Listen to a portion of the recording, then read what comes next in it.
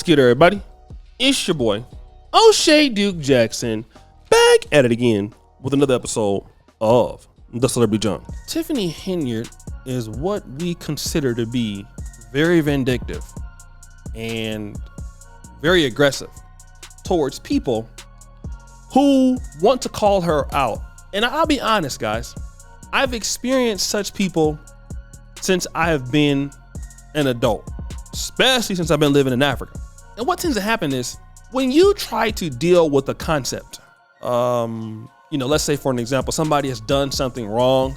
You're not necessarily attacking the person. You're attacking the behavior. In the case of lying, being unaccountable, and this happens in dating men or women. And what you're dealing with is a concept that they need to stop that behavior. Well, how do they want to deal with that?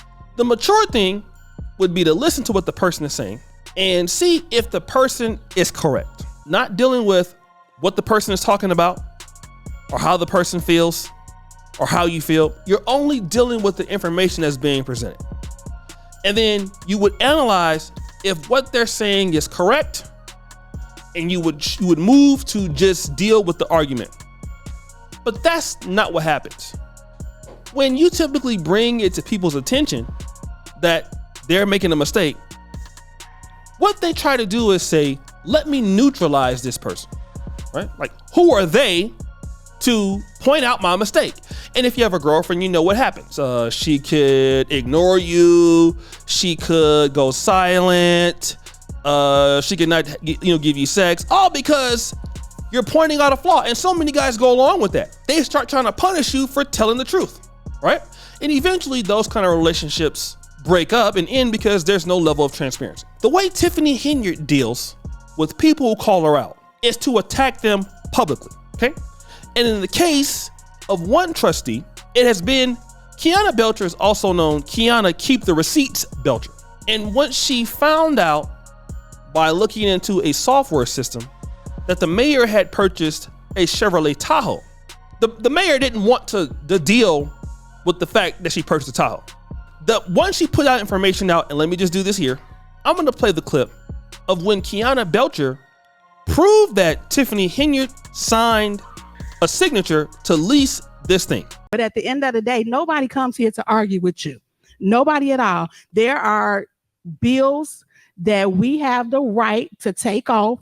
We have the right to make decisions about. You say that you're running it at the end of the day, because this is going to be the narrative. When we go broke, you're going to say, I wasn't even on the bank account. The trustees did it. When at the end of the day, you're making decisions and spending money and then get mad when we don't approve it because it's not financially sound. I sat here and looked at a lease that y'all was paying $149,000 for one of them trucks. You make absolute, that's like when you 19 years old and you go get a car and the interest rate 27%. That makes absolutely no sense. You're Please not making facts. Great finance, excuse me? Please state facts. But let me tell you, here it is, dated December 27th, 2022. The cash price of a 2023 Chevy Tahoe, $93,216.71. Interest and APR, $55,929.49. Total lease price, $149,146.20. Tell me if it's not facts, because your signature is all on it. I don't see that. Okay, but you want me to pass? I don't. All right. I'll But give at my the statement in a at few the minutes end when of you the finish. day, it's not about going back and forth with you. It's about making financial decisions that is in the benefit of everybody and just not one person. And you can't seem to understand that. Have a great day. Now, guys, we had to, per YouTube guidelines, blur Tiffany Henyard's signature. It is signatures are not to be shown online, so we had to actually blur that. Okay. Now, how Tiffany Henyard wanted to deal with Kiana Belcher is very interesting. Instead of her dealing with the position that she's dealing with, like, hey, you did X, Y, and Z, which is wrong. Okay, let me stop spending the town's money. So if you notice, if you go to these meetings here, on the Dolton Trustees page or the Dolton Village page, you notice that she's sitting there holding her picture. Why is that? Because the mayor did this with her picture. Let's play the clip. Talk about, she took people watching, she took took her picture off the wall and sit in the village hall, which is one of the most pettiest, childish things, because she's still elected. Talk about, that's why at the last board meeting, you seen her picture in front. Talk about her taking the picture down. So this one really bothers me because I don't care how upset you may be at me. I'm an elected official. And as an elected official, my name should still remain on stuff. My picture still should sit in the village hall as everyone else. We were in the middle of a meeting, and I noticed that my picture had been removed from where all of the other elected officials' pictures were. And when we went downstairs into an executive session, I asked the mayor what happened to my picture. She instantly got offensive, like, what you talking about? I don't know what happened to your picture.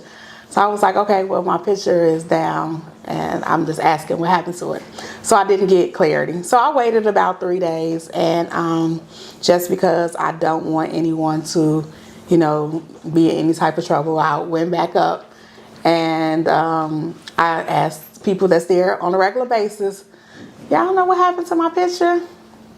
So the person started speaking and was like, oh, I looked at I noticed that and I thought it fell. And then said that they went over to it and they noticed it wasn't a crack, wasn't anything on it. And I said, well, I asked about it at the meeting and I didn't get a response. Everybody act like they don't know what a picture is.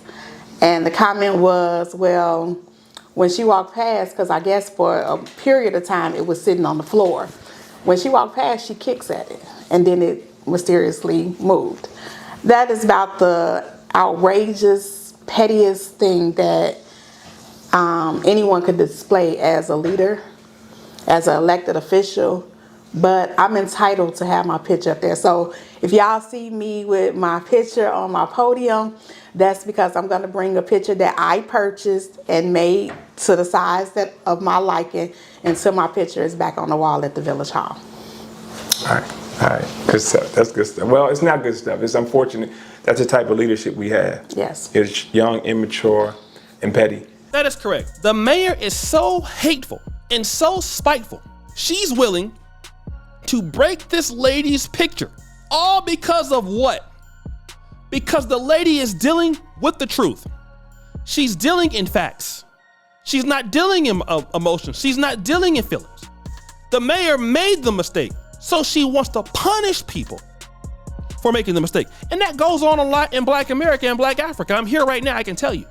When you bring it to attention of somebody making a mistake, somebody in the higher ups or whatever, some personal brand or personal whatever, what is their attitude towards you? Well, that person is dangerous. Let's neutralize them. Let's teach them a lesson. Let's teach them a lesson forever believing they can point it out. And then you wonder why the Black community don't grow, the Black world don't grow, because there's consequences for telling the truth. People want to kill you for telling the truth. And you're dealing with, hey, what you're doing, your activity or behavior is hurting the country, it's hurting the city, it's hurting innocent people. But no, let's neutralize that person. Let's teach that person the lesson. So let's all fall in line behind a corrupt regime so everybody can be supporting a person that's a liar. And who suffers behind it? The people suffer, okay? The people suffer. There was a story of a guy, older guy. He said, listen, they escorted me out. The police escorted me out of a meeting for clapping for the trustee. This guy is what, 75 years old? Don't believe me? Let's play the clip. And they masqueraded as police or other law enforcement going through the city, and she was not targeted, but identified as her group going through using those lights to get through traffic. This is yet to be addressed. That is a federal offense. She hung Homewood security badges on code enforcement people and other unauthorized law enforcement in the city hall and used them to intimidate us early on in her administration. Where is the punishment for those things? You understand what I'm saying? There's a whole litany of things I could go through, but I'm going to play devil's advocate for a minute. If I were Tiffany Henyard, and if I was as innocent and as put upon and misused by the residents and the trustees, who, by the way, she's insulted each and every last one of them, both personally and professionally, and including the clerk. She has shamelessly insulted them, and last meeting she sicked her department heads on them. It was one of the most disgusting displays of misgovernment type things that I've ever seen. You don't do that. You do not put people out on Front Street like that. There are several people in here that she has called by name from the podium. Several of us have been escorted from the building, our building, by the way, for doing nothing but applauding. She points a finger or she nods. I was escorted out by the deputy chief. I was honored. But make it a long story short, I'm talking too long. Yeah, that's what you get there. That's the maturity you get. And you know what? Don't really make this, but a lot of people are in situations, in relationships, be it men or women, with individuals like this. You know what? The older I've gotten, I've noticed is like, man, people are hella immature in relationships, bro. Like, damn, like the way that they want to deal with somebody who's giving some facts to them is to punish them, you know, by like, hey, by sex, or I'm not gonna take care of your bills or whatever, instead of just dealing with what the person is talking about. We want to deal in buffoonery. So guys, what do you think? It's your boy, Duke Jackson, back at it again. The episode of Celebrity Drunk. Preacher Fire, you do Bell. We're out.